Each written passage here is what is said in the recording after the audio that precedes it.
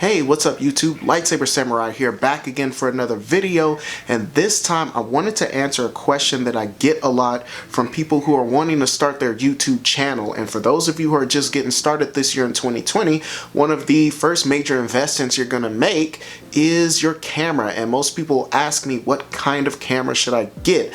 I would suggest to most people just starting out, if you don't have any experience with cameras, then you should get an older camera, something that's simple. You don't need to blow the bank right away on a camera that you're not going to be able to use properly for at least 6 months to a year. So if that sounds like you and you are looking for something to start out with, well, you may want to take a look at the camera that I use to start out with my YouTube channel.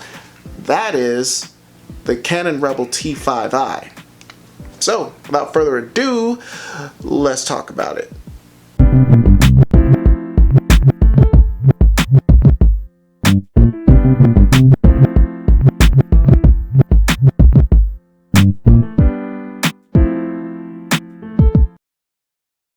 Alright, so if you guys at home were like I was when I started out 2.5 years ago, I started out on a dirty cell phone 2.5 years ago to make my YouTube videos. About a year or so after that, I upgraded to a less dirty cell phone, but the image quality still wasn't exactly what I was looking for. Eventually, I went ahead and took the leap and bought my first DSLR. I found this guy in a pawn shop for, I want to say $350. I made a down payment and just made payments on it until I had enough to get it out. Got it home, turned it on, and had no clue what to do with it. I just went ahead though and just jumped in right away. You can look at some of my earlier videos on this, like I did a review on a Sega Genesis handheld. I did a video on some of my favorite controllers. Those were my earliest videos with this, and if you take a look at those videos compared to a video I just did a few weeks ago, which was video games based on movies, that was actually shot on this camera with the basic kit lens that came with it. So if you take a look at that video versus the other videos that I was doing when I first started, I grew leaps and bounds, and that is one of the reasons why I would suggest a cheaper camera like this, because if you don't know what you're doing, a cheap camera like this has enough functionality to teach you how to learn how to use your camera. I didn't know the meanings of words like ISO and aperture and shutter speed and things like that before I got this camera and started playing around. And what I did, for those of you, again, I've mentioned this before, even when I got this, I had no video experience, I had no photography experience. I started watching YouTubers like D4 Darius, Peter McKinnon, DSLR shooter, guys like that, and watching their videos. Think Media was another big one, and watching just videos on how to use camera settings and how to get the most out of this video or out of this camera and what some of those terms meant. And within about 6 months or so later, I was able to really start boosting the quality of my videos. Of course, I've added things since then like lighting and sound, and we'll talk about that a little bit more. But I wanted to go over some of the specs of this camera because, again, my rule of thumb, if it has manual functions and can shoot at least 1080p, you're good. There's a lot of cameras out that shoot 4K and above, but for beginners and even for most people nowadays, I don't think that that's needed for most people. You know, we still watch videos primarily on our cell phones, and most of those still don't display 1080p. And the most advanced ones do. A few of them, there's like a handful of them on the market that shoot 4K, but on those tiny screens, videos shot with a camera like this are still gonna look pretty darn good. And why don't we just go ahead and switch over? So I'll go ahead and snap my fingers, and we'll be on the T5i, and I'll go ahead and put the basic kit lens on it. So here we go. Here we are on the T5i.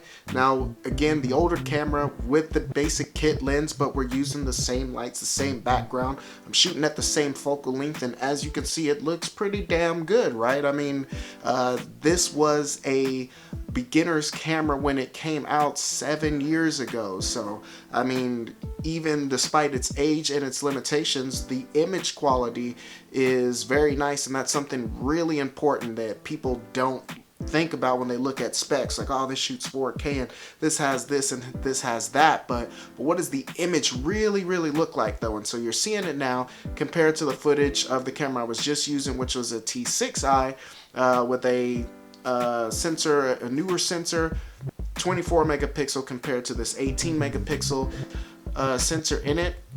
And looking at that T6i with the Digix 6 sensor and the 24 megapixel, with the Digix 6 processor and the 24 megapixel sensor, it put it on par as far as the image goes with more beefier cameras in its class, like the 80D, like the T7i and cameras like that. And so this is holding up super well to it. So that is just one of the things I wanted to talk about in a studio setting. It looks great. I'm using the autofocus now. If you use the spot autofocus, it tends to work better than the face tracking when you're shooting at 25 frames a second.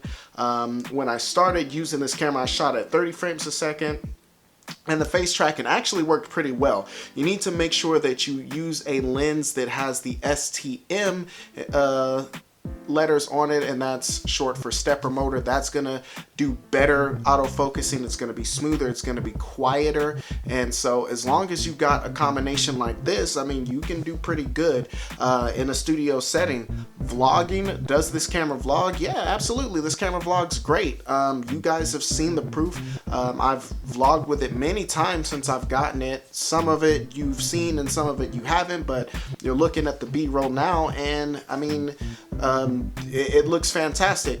Another thing that's good about these cameras and DSLRs in general, and why these are still better than cell phones, is you get lens choice. Now, there are companies that make lens attachments for your cell phone, but the sensor is just simply not big enough. They're just not going to look as good as a camera like this, even despite its age. And I'm rocking the kit lens right now, but here's, you know, vlog footage of me shooting on a 24 mil, and there's footage of me shooting on a 50 mil. And once you start getting those lenses, and that's why, another reason why I suggest buying a cheap camera like this, because with the money left over, you can buy a bunch of other goodies, and better lighting, and better sound, and better editing, things like that. And those are the components that are really gonna improve the quality of your content, not simply the camera. The camera does help, and one of the main reasons why you would want to upgrade to a superior camera is workflow.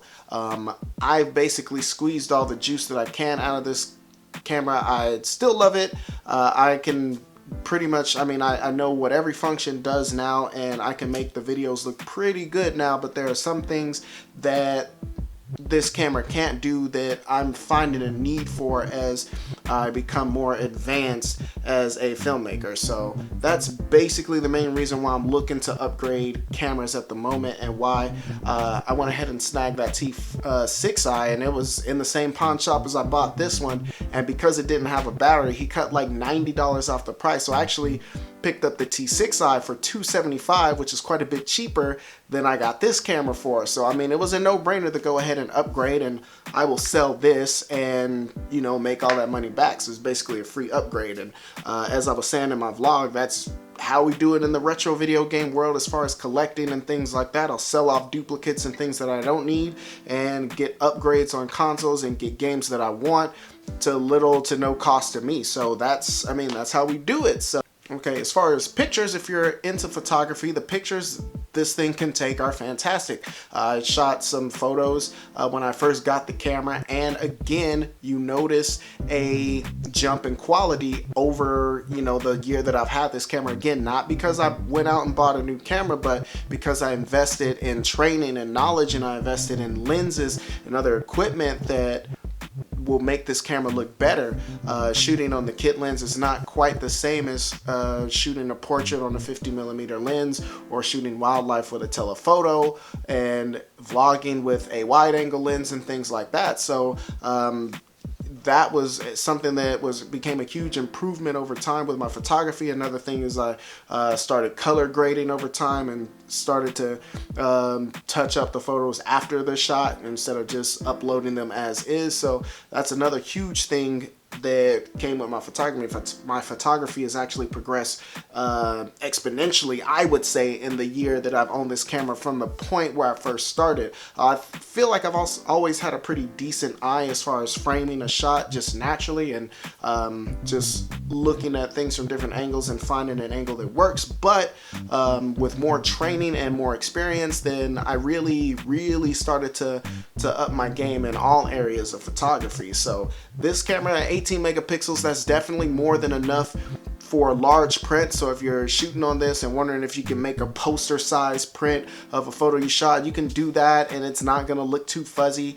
Shouldn't have much of an issue with that. I would say so long as you're shooting on a decent lens.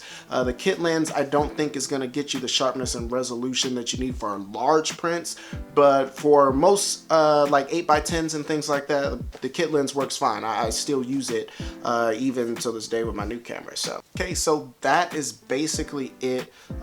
We talked about the vlog experience, we talked about the studio experience, we talked about the photography experience, and you know, like I said, why am I using this camera? We already went over that as well. It's cheap.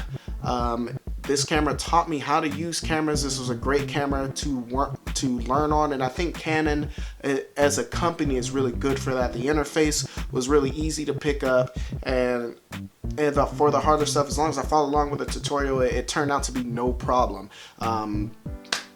Yeah, the video experience on this was awesome.